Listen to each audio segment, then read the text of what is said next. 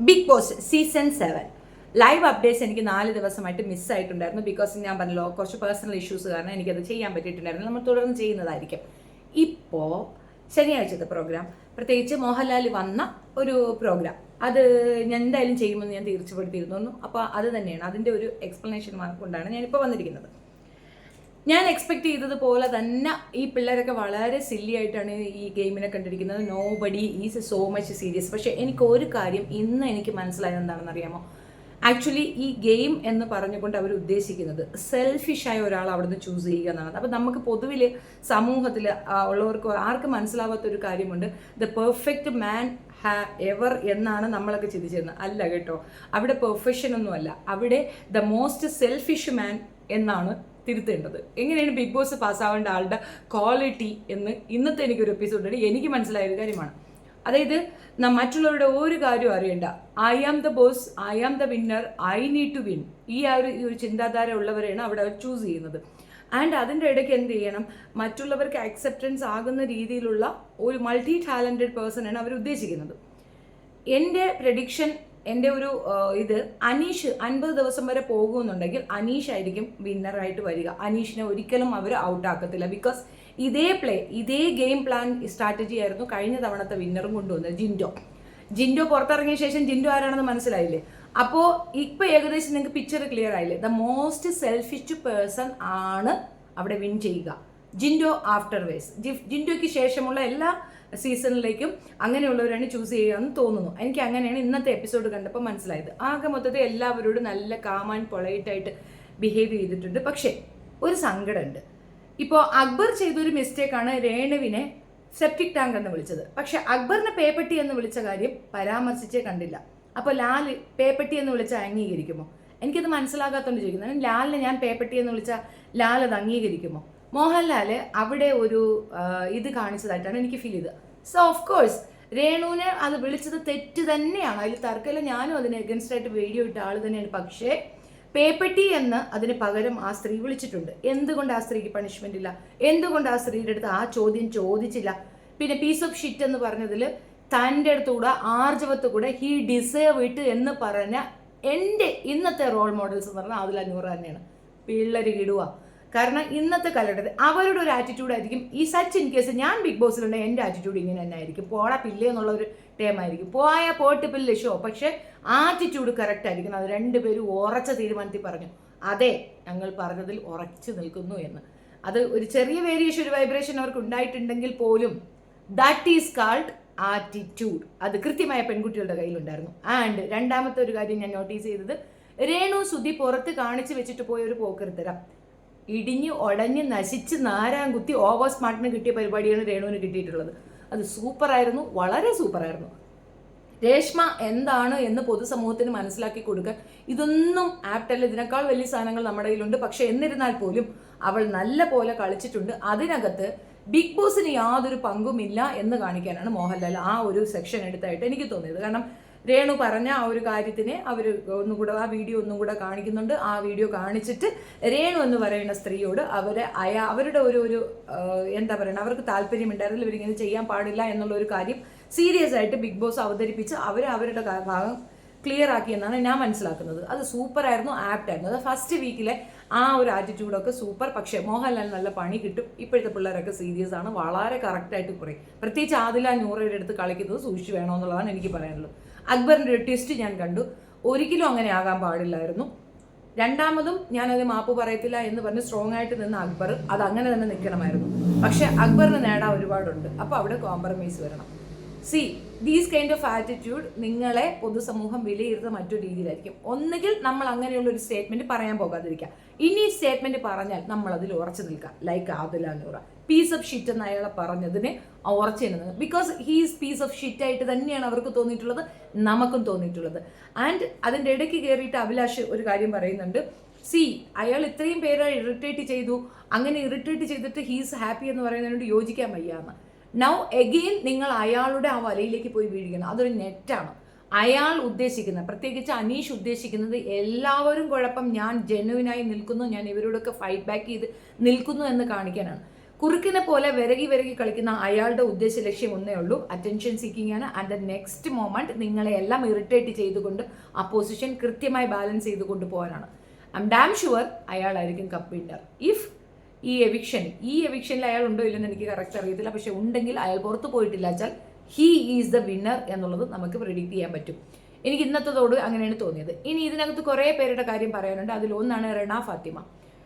Cuteness ഓവർലോഡായിട്ട് വാരി വിതറി നിൽക്കുന്ന പെൺകുട്ടിയുടെ ഏജ് കൺസിഡർ ചെയ്തുകൊണ്ട് ഞാൻ അധികം ഒന്നും പറയുന്നില്ല. ബട്ട് സ്റ്റിൽ ഒരു വേസ്റ്റ് ആണ് എന്ന് എനിക്ക് ഫീൽ ചെയ്യുന്നുണ്ട്. കാണാനൊക്കെ നല്ല ചന്തമുണ്ട്, ആകെ മൊത്തം totally okay. But the cuteness അത് ഭയങ്കരമായിട്ട് നെഗറ്റീവ് അടിക്കും. അനുവിന് നല്ല പണി കൊടുക്കുന്നുണ്ട്. അനു വിചാരിക്കണ അനു സംതിങ് എന്തൊക്കെയോ ആണെന്നുള്ളൊരു ഫോമാണ് അനു വിചാരിക്കുന്നത്. അതങ്ങനെയൊന്നും അല്ല, നീ വെറും പൂച്ചപ്പൂടെയാണ് എന്നൊരു ടേം പറയുന്നുണ്ട്. അത് തീർത്തും മോശപ്പെട്ടൊരു സ്റ്റേറ്റ്മെൻ്റ് ആണ്. ഒരു എന്താ പറയുന്നത്, എനിക്ക് അനുവിൻ്റെ കൂടെ ഒരു രീതിയിലുള്ള പൊരുത്തവുമില്ല.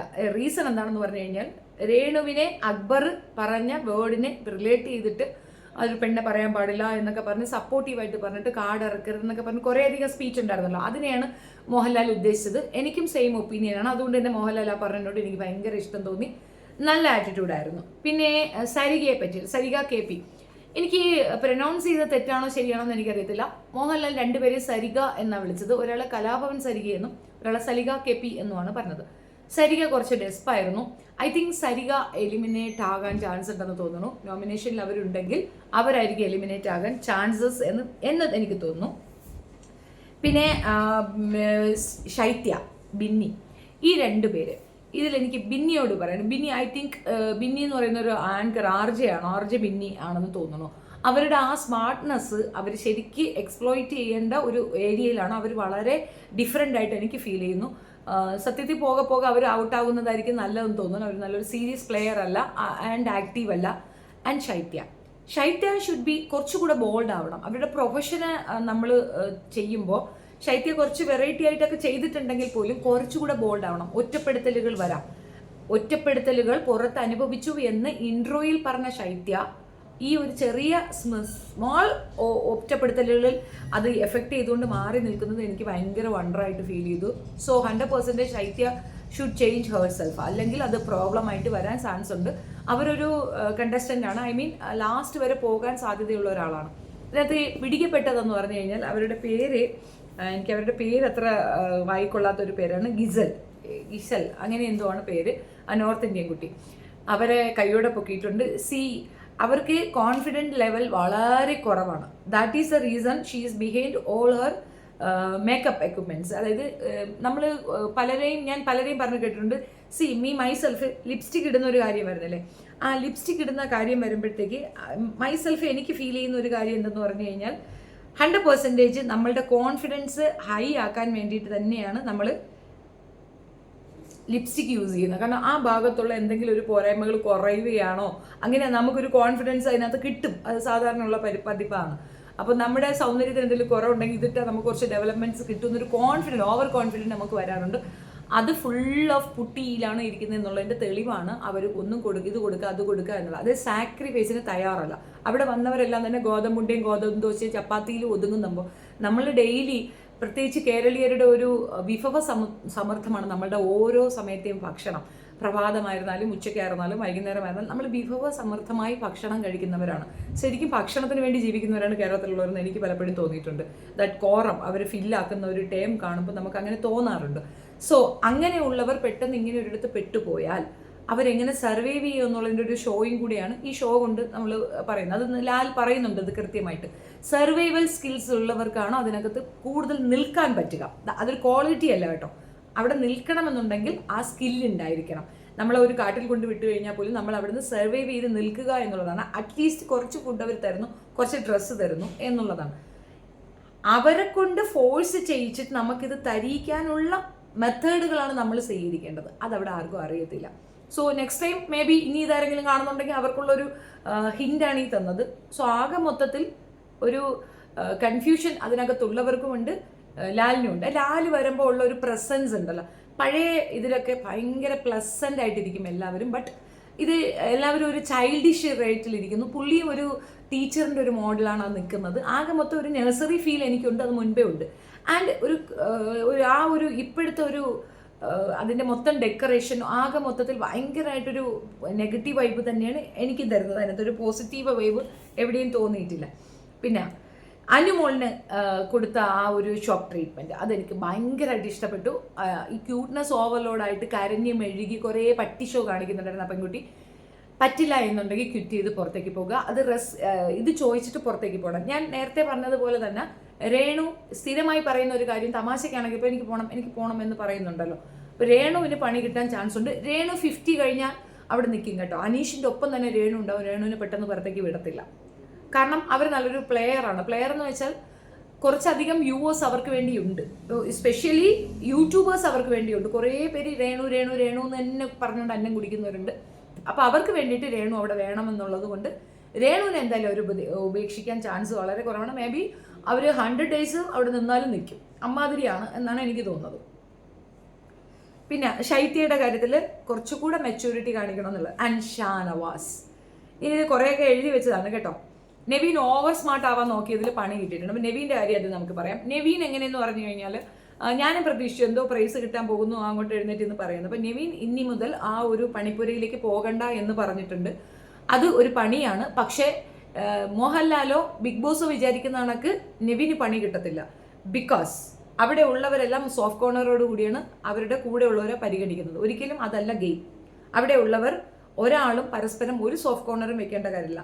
പെയിൻഫുൾ ആയിട്ട് എന്തെങ്കിലും ഒരു പ്രോബ്ലം വന്നാൽ മാത്രം നമ്മൾ ടേക്ക് കെയർ ചെയ്താൽ മതി. അതായത് മെഡിക്കൽ എമർജൻസിക്ക് മാത്രം നമ്മൾ കൺസേൺ ചെയ്തത്, റെസ്റ്റ് ഒക്കെ നമുക്ക് നേടുക എന്നുള്ളതായിരിക്കണം ആത്യന്തികമായ ലക്ഷ്യം. ആ ആത്യന്തികമായ ലക്ഷ്യമില്ലാത്തവർ അനുഭവിക്കും. ഈ ഷോയിൽ അവർ തോൽക്കും. അതാണ് കറക്റ്റ്.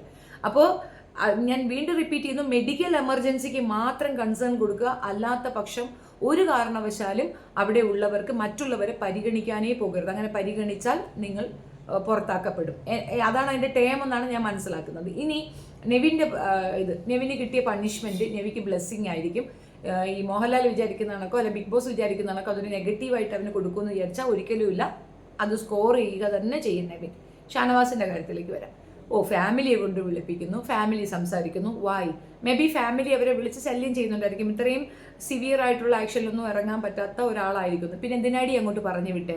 ഇതൊക്കെ വൾഗർ ഫോമാണ് കേട്ടോ. അതിൻ്റെ മാപ്പിളെ വീട്ടിൽ ഇരുത്തിയാൽ പോരായിരുന്നു. അതിൻ്റെ കൂടെ കുട്ടീനെ കൊണ്ട് സംസാരിപ്പിക്കുന്നത്. These is very much stupidity. ഇത് അലൗഡ് ചെയ്ത മോഹൻലാലിനോട് എൻ്റെ പ്രതിഷേധം ഞാൻ പറയുകയാണ്. അവിടെ ബാക്കിയുള്ളവർക്കാർക്കും പേരൻസ് ഇല്ലേ? അവിടെ ബാക്കിയുള്ളവർക്കാർക്കും ഭാര്യയില്ലേ?